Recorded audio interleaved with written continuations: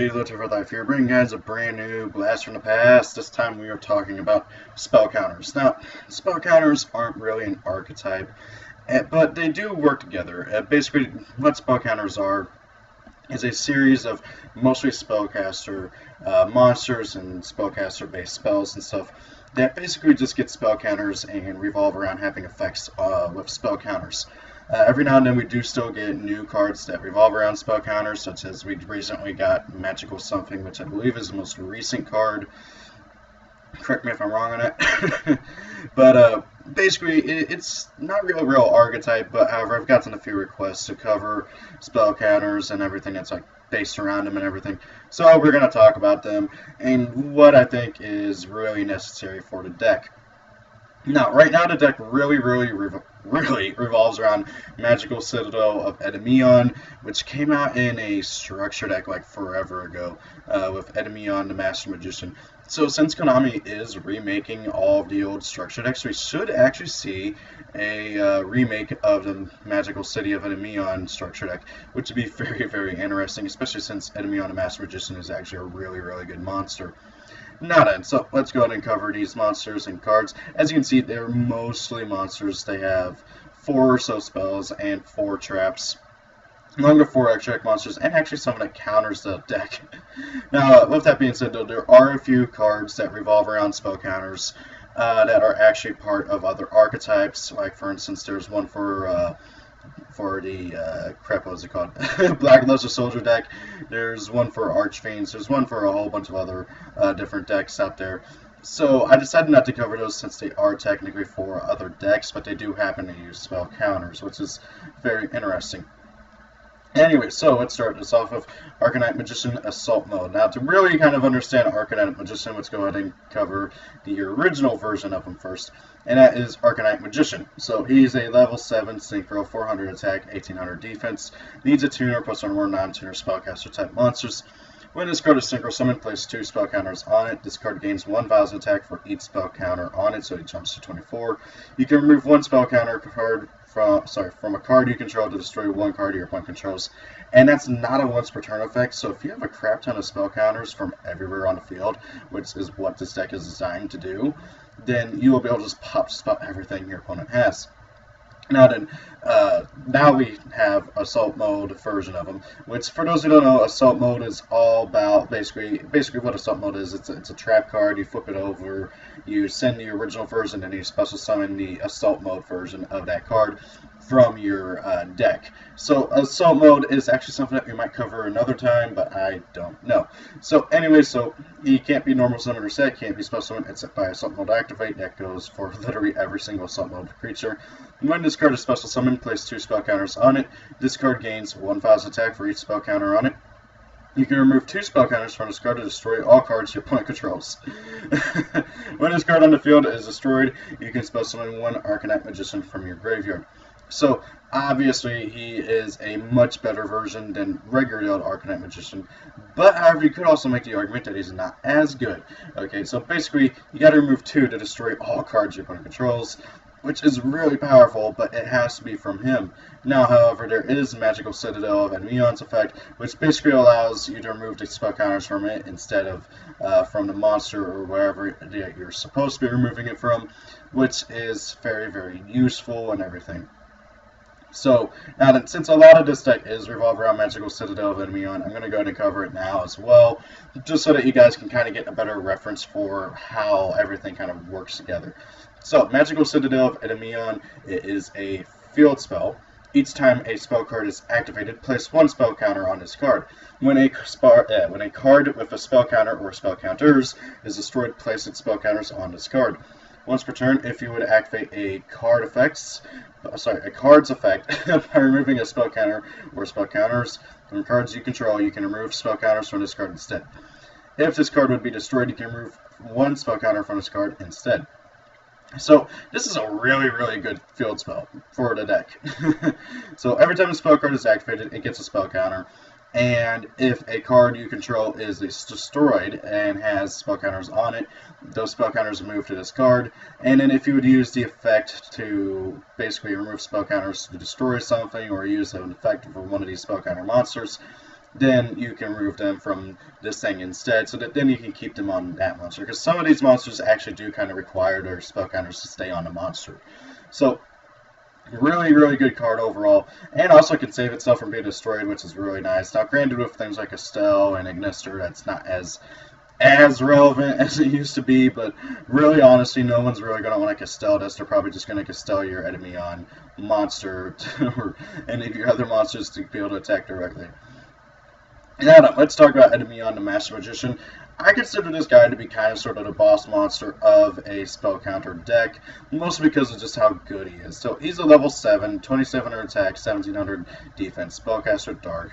You can spell summon this card from your hand or graveyard, so it doesn't matter where he is, by removing 6 spell counters from a magical citadel of enemy on you control.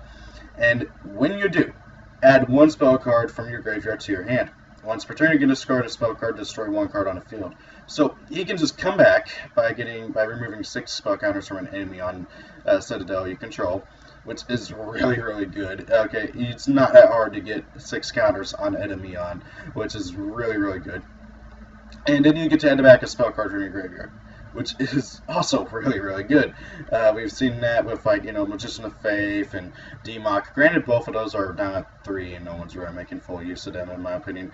But it's a really, really good card overall. Now, it also allows you to just pop a card, but it's only a once per turn effect, and really, honestly, you're not going to want to discard your spell cards too often.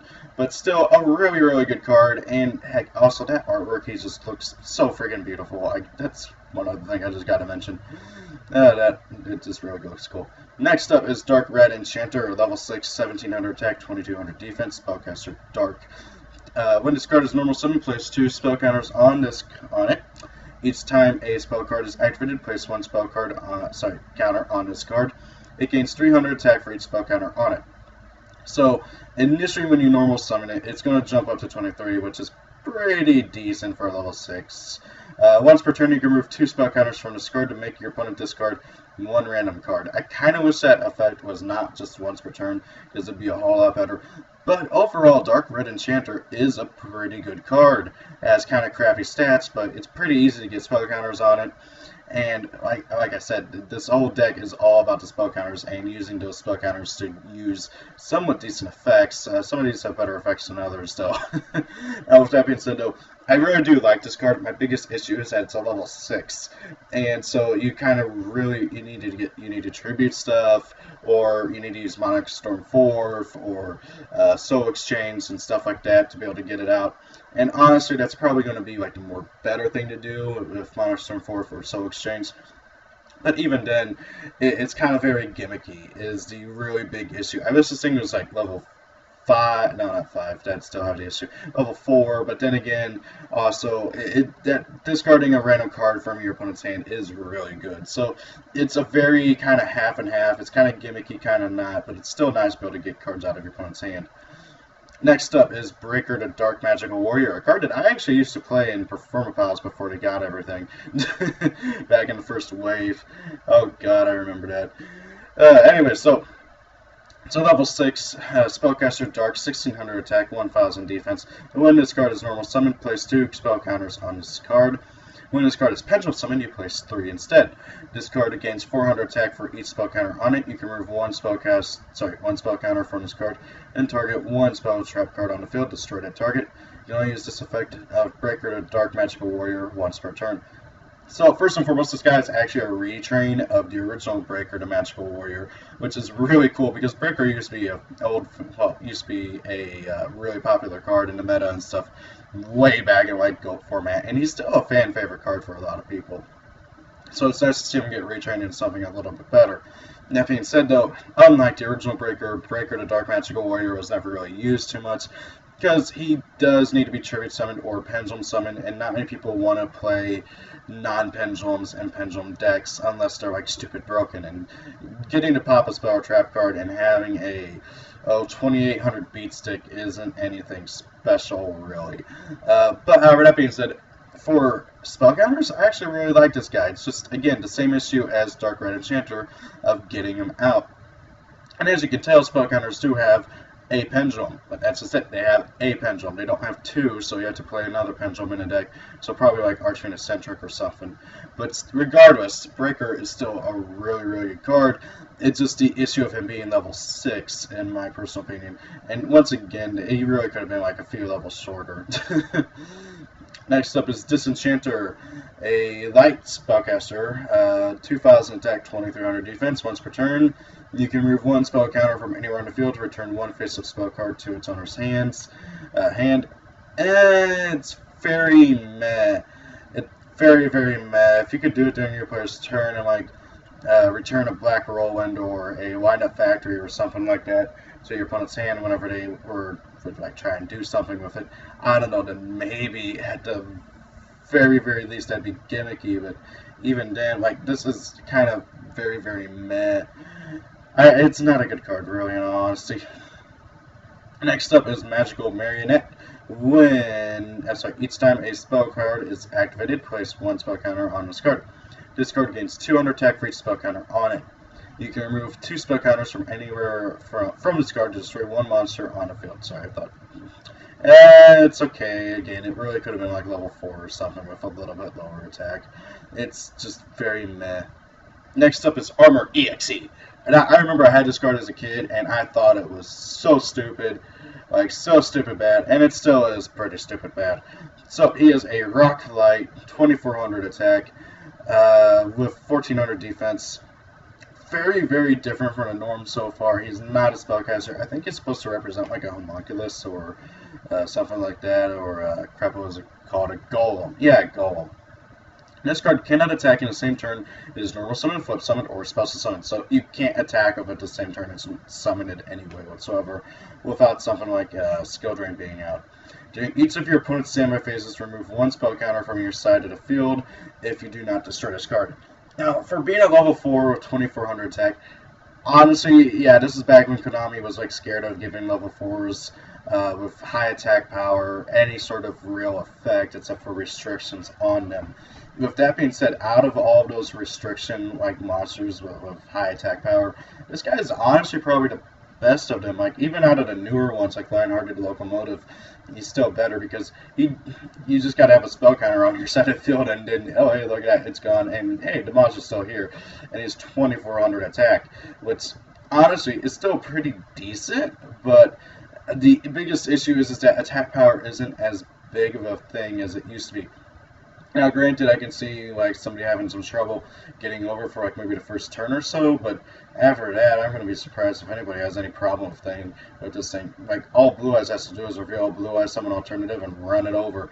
So, he's very, very, very meh. He's just there for a beat stick. Next up is Crusader of Dementia. This guy was also in the I think he was in the structure deck, but I'm pretty sure he came out as an ultimate rare some other time. I can't remember. So he's a spellcaster, light, Gemini, level 4 with 1,900 attack, 1,200 defense. He's a Gemini, so you got to normal summon him twice to get his effect, and he's a normal monster in the graveyard. Once per turn, you can place one spell counter on a face-up card on the field that you can place a spell counter on, and if you do, this card gains 600 attack until the end phase. So you can place a spell counter on anything else. You can't put it on himself because he can't get spell counters, and then he gets 600 more attack until the end of the turn, which is very meh. Really, the biggest thing is that getting more spell counters on your stuff. The biggest issue with him that I have is that you first get something out that you can put spell counters on. You have to normal summon him. You have to make sure he doesn't die, and then you have to normal summon him a second time during the next turn, and that's just not very good. Like, honestly, that's why Geminis have died out so much, and Konami's going to try and bring them back with the next set. But even then, like, that's my biggest issue, is that the fact that he's a Gemini. If he was just a regular old monster without that effect, he would be a lot better. With that being said, though, he's still a pretty good beater for just being 1,900 and everything. Next up is Magical Something. This card actually just came out in the Dark Illusion as a TCG exclusive, if I remember correctly. It's a level 4 Spellcaster Dark, 1800 attack, 1300 defense. Each time a spell card is activated, place one spell counter on this card. When that spell card resolves, weird. This card's levels increase by the number of spell counters on this card. You can remove 3 spell counters from this card, then target one quick play spell card in your graveyard. Set that card to your spell and trap card zone. You can only use this effect of magical something once per turn. So you're able to get your quick plays back, which is pretty nice. As you can see, there are no quick plays in the deck, but however, that means they can get something like Twin Twister or MST, stuff like that back, which is pretty darn nice. My biggest concern with this card is that it honestly doesn't have very it's just that effect is so gimmicky. That's my biggest honestly only problem with it. Is how gimmicky it is. Also, you won't be able to use the set spell. You won't be able to use the set spell until like next turn. But hey, it's not too terrible. The level increase is very weird, and it doesn't have a cap, so theoretically it could hit like level 20 or higher. It's kind of silly. Next up is another Gemini. This one's a fairy. Dark, 1800 attack with 1050 defense. Weird number for the defense. One time only, you can place one spell counter on this card. This card gains 300 attack for each spell counter on it. You can remove one spell counter from this card to destroy one monster on the field. Yeah, this card is really bad, but it's only good for being a friggin' beater. It just doesn't mix well with the actual deck, and it's you can only use its effect once. So even if for having a Gemini normal summon it like twice, and you can only use its effect once, you have to go through so much trouble to get its effect, and oh hey, I can only use it once, and it's not even all that great. It's just pop a monster, which, oh hey, a whole bunch of other things do, and so much better. It's just not a very good card. Other than just being an 1800 beat stick and a level 4 Gemini, which means you can use Gemini Spark with it. Anyways, next up is Magical Exemplar. Honestly, one of the best spell counter cards out there. Level 4 Spellcaster effect, 1700 attack, 1400 defense. Each time a spell card is activated, place 2 spell counters on this card. Once per turn, you can remove any number of spell counters from this card to special summon a spellcaster monster from your hand or graveyard whose level is equal to the number of spell counters you removed.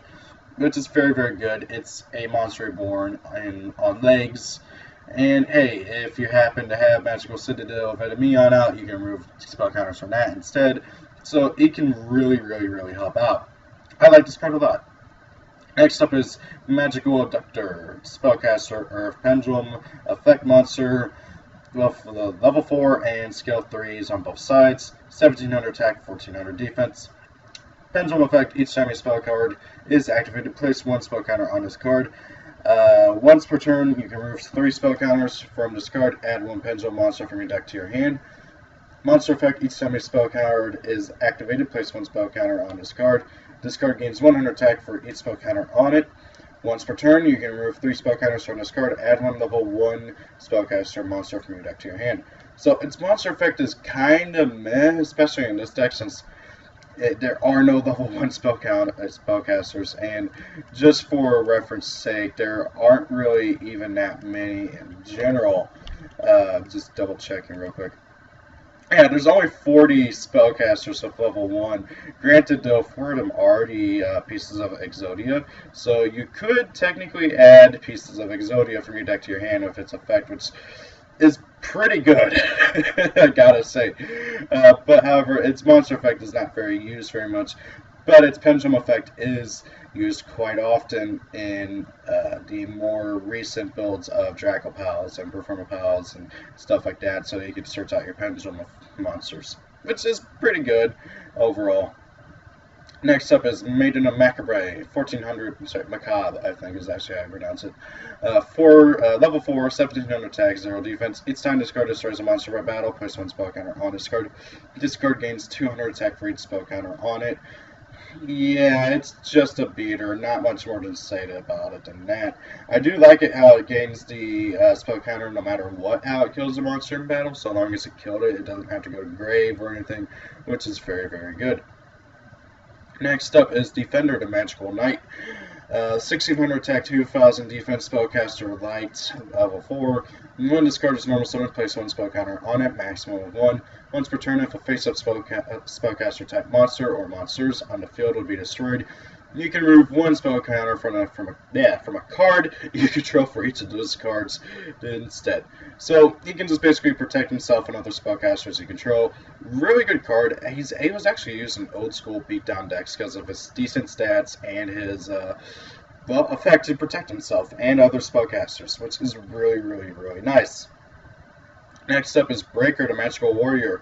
As I already stated, this guy was used for a while in GOAT format, as well as also other old formats. And also, he was even used by Yugi, now that I think about it. Anyway, so, he's a Spellcaster, Dark, level 4, 1600 attack, 1000 defense. When this card is normal summon, place one spell counter on it, maximum of 1. This card gains 300 attack for each spell counter on it. You can remove one spell counter from this card, then target one spell trap card on the field, destroy that target. So he just comes out, gets 1900, well, totals 1900 attack points, and you can remove a spell counter to destroy a spell trap card on the field, which is pretty good. Next up is Hannibal Necromancer, level 4 Dark Spellcaster, 1400 attack, 1800 defense. I kind of wish those stats were switched, I really do, but oh well, whatever. So when this card is normal summon, place one spell counter on it, maximum of 1. You can remove one spell counter from this card to destroy one face-up trap card. Yeah, it's not very good. That's one of the reasons why I wish that attack and defense were switched. But anyways, yeah, not much you can really do about it. I do like the artwork of it, and I remember using this card a lot in the older games because it had a different effect. I think Duels of the Roses, it had a flip effect or something stupid like that. Decent card. I don't like the fact that it can only destroy face-up trap cards. Next up is Blast Magician. Spellcaster Fire, level 4, 1400 attack, 1700 defense. Really wish those stats were switched, but oh well. Each time a spell card is activated, place one spell counter on its card. You can remove any number of spell counters from this card to destroy one face-up monster in the field with attack equal to or less than 700 times the number of counters you control. So, very weird. Basically, you can remove any number of spell counters from him. Destroy one face-up monster in the field with attack equal to or less than 700 times the number of counters you control. Oh, removed. So, it's not very good at all. It's just more monster removal, but more restrictions. It's honestly not very good at all. If you wanted to build spell counters, I'd recommend not playing him. Next up is Mythical Beast Cerberus, 1400 attack, 1400 defense, Spellcaster Light, level 4. Each time a spell card is activated, place one spell counter on its card. This card gains 500 attack for each spell counter on it. If this card attacks or is attacked, remove all spell counters from it at the end of the battle phase. I don't like how he removes these spell counters. It's so stupid. Now, granted, at the end of the battle phase, all those spell counters will go to enemy on, but still, I don't like that. It's just, he goes from being a beater to being a weak wing again, and it's just not very good whatsoever. Excuse me. Next up is Alchemist of Black Spells, level 4, Wind. Weird. Spellcaster, 1200 attack, 1800 defense. Once per turn, you can change this face-up attack position card you control to face-up defense position, and place one spell counter on a face-up card you control that you can place a spell counter on. Not too terrible, especially with some of the other stuff that we'll get to here shortly. So, I actually really like him. He's just honestly also not very great. It's just kind of weird. He's good, but also not very great. Next up is Royal Magical Library, a card that many people really want banned. So, it's a Spellcaster Light, 0 attack, 2000 defense, level 4. Each time a spell card is activated, place one spell counter on its card, maximum of 3. You can remove 3 spell counters from this card to draw one card. So, really good card. You can just go through your whole deck with this in certain decks. Really good. And it's very obvious why people want this banned. It just enables so many FTK decks out there. It's kind of silly. Next up is Frequency Magician, level 2 Spellcaster Light Tuner effect monster, 800 attack, 400 defense. When this card is normal summon, place one spell counter on it, maximum of 1. You can remove one spell counter from this card to have one face-up monster you control gain 500 attack until the end phase. Not very good, but not very bad either. Just lets you get some more damage to go for an OTK, hopefully. Next up is Magical Plant Mandragora. Gola, to my knowledge, this is one of the first Spellcounter revolving cards. So it's a Spellcaster for some reason. Dark, 500 attack, 200 defense. It's a flip effect. Place one Spellcounter on each face-up card on a field that you can place a Spellcounter on whenever it flips, which is not bad at all. Just too slow. It's a flip effect, very, very slow. Next up is Apprentice Magician Dark, level 2 Spellcaster, monster effect, 400 attack, 800 defense. So, yeah. When this card is summoned, place one Spellcounter on a face-up card that you can place that Spellcounter on. When this card is destroyed by battle, you can special summon one level 2 or lower Spellcaster type monster from your deck in face down defense position. So you can float into multiple Apprentice Magicians, or you can float into Magical Plant Mandragora, and it'll be face down, so, oh hey, look at that, you can do its effect. Next up is Legendary Flame Lord. Okay, I'm not going to lie, this is actually one of my favorite rituals when I was a kid. And he's not bad either. He's still, actually even nowadays, he's still a pretty decent card. This card can only be ritual summoned with the ritual spell card Incandescent Ordeal. He's a level 7 spellcaster, fire, 2400 attack, 2000 defense, so really not that bad like levels and everything. You must also tribute monsters whose total levels equal 7 or more from your hand or field, blah blah blah. Each time you or your opponent activates a spell card, put one spell counter on his card. You can remove 3 spell counters from this card to destroy all monsters on the field except this card. So he's kind of like a mini JD, which is really, really, really cool. Being able to just remove 3 spell counters from him and destroy all monsters on the field except himself. Really good card. I like him a lot. He opens up the field to go for an OTK, hopefully, or just even putting in for a lot of damage. And it's just really good to have, like, just mass destruction and get rid of your opponent's stuff. So I really, really do like this card. I didn't bother putting his ritual spell over here since it's just your typical ritual spell. Yeah, really good card. I like him a lot. Next up is Megaton Magical Kanan. This card actually saw play in spellbooks for a little bit because one of the Spellcounter cards I didn't put on here because it's exclusive to another archetype is the Spellbook Tower. No, I can't remember like what it is, but it's like a continuous spell card. Gains a spell counter every time a spell card is activated, and then all spellcasters you control gain 100 attack for every spell counter on it, which is pretty good. But this card was played in that for a while because it was so easy to get the requirements for this. So you got to remove a total of 10 spell counters from your side of the field, destroy all cards on your opponent's side of the field, which is just really, really, really powerful. It's a one-sided field nuke, very, very good card. But the requirements is kind of hard to get to. Like, it really depends on how you build your deck and everything. I've seen some builds that can get to like 10 spell counters super easy, but others not so much. Like, and as you can see, this deck has a lot of like destruction-based effects, which is kind of some people like it, some people don't. Next up is Spell Power Grasp, possibly the best spell card in the deck next to Magical Citadel of Endymion.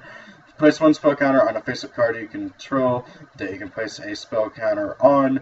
Then you can add one Spell Power Grasp from your deck to your hand. You can only activate one Spell Power Grasp per turn. So you place a spell counter on a face-up card you can place a spell counter on. Then you get to add another copy of itself, but you can only activate one per turn, which is really, really good. It digs through your deck, it gets the counters on stuff, and if you have Magical Citadel of Endymion or any of the other things that like get counters for whenever a spell card is activated, you can get a lot of spell counters onto your card with this card. So it's a really, really good card. Next up is Arcane Barrier, continuous spell card. Each time a spellcaster type monster or monsters on the field is destroyed, place one spell counter on this card. Maximum of 4. You can send this card and one face-up spellcaster monster you control to the graveyard to draw one card for each spell counter on this card. So you could draw a total of 4 cards potentially.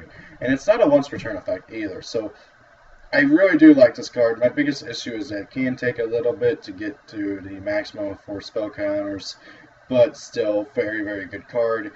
I also don't like how you have to sack a monster too, but that's also not really a big issue. But as you've seen, this deck doesn't really have any ways of really getting a crap ton of monsters out, except for maybe Pendulum Summoning.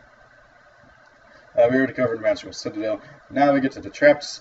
Pitch Black Power Stone continuous trap card. After activation, place 3 spell counters on this card. During each, to say spell counters, yeah. During each of your turns, you can move 1 spell counter from this card to another face-up card that you can place a spell counter on. And when there are no spell counters on this card, destroy it. So it just lets you get more spell counters on stuff. It's a really good card. Next up is Tower of Babel, and I'm sure a part of me wants to build an OTK deck around this card. Each time a spell card is activated, place 1 spell counter on this card. When the 4th spell counter is placed on this card, destroy this card and inflict 3,000 damage to the player that activated the spell card at that time. Very, very mean card. Basically, all you got to do is activate 3 spell cards, and then, oh hey, look at that, if your opponent activates a spell card, they get hit for 3k. It's kind of funny. Next up is Extra Buck. I really, really like this card, actually. I used to play it in some Pendulum-based decks, especially Ignites. It was pretty useful. So, each time, so it's a face-up, so it's a continuous trap card. Each time a card or cards is added to your extra deck, place 1 spell counter on this card. Maximum of 3. You can send this card with 3 spell counters to the graveyard to draw 2 cards. Really good card, just lets you draw 2. I like it a lot.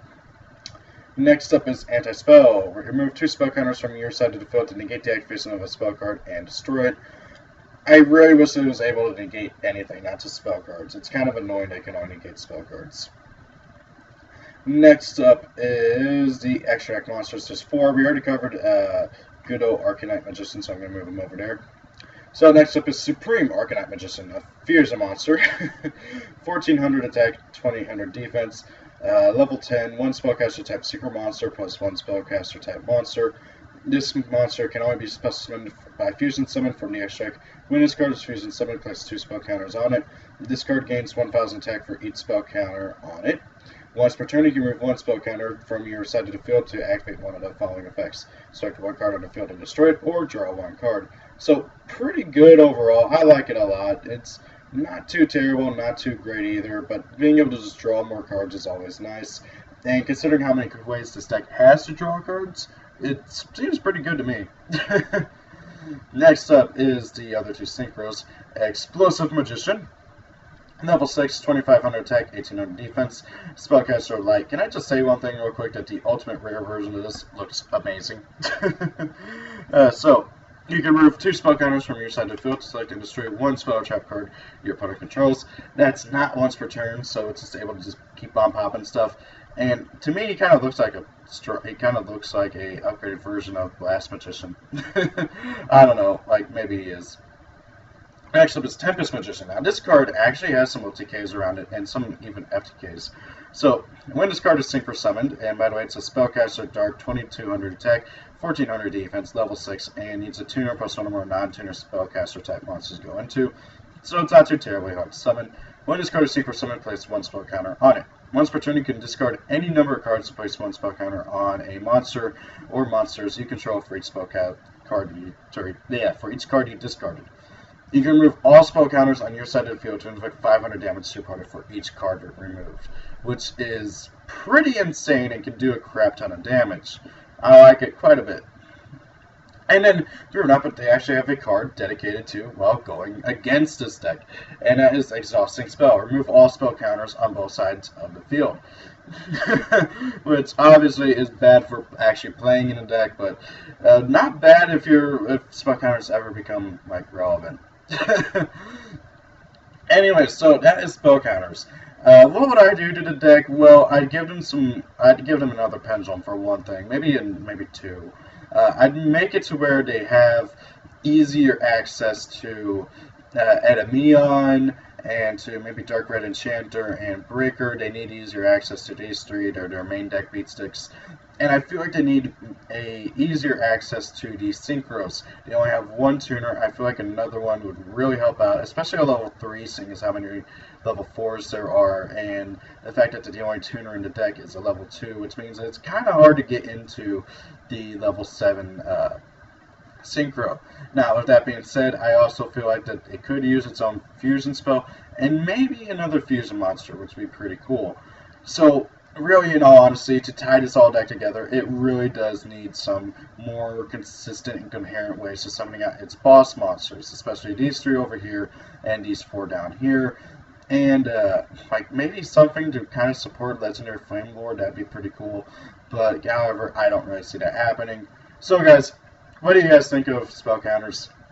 Honestly, I think they can be tied together a bit better, and heck, I'd honestly like to see a actual archetype dedicated to spell counters. This isn't really an archetype, as it is just a kind of series of stuff that kind of happens to work together. So guys, thank you all for watching. Hope you enjoyed the video. Have a great day. If it's your birthday, happy birthday, and see you all later. Peace out.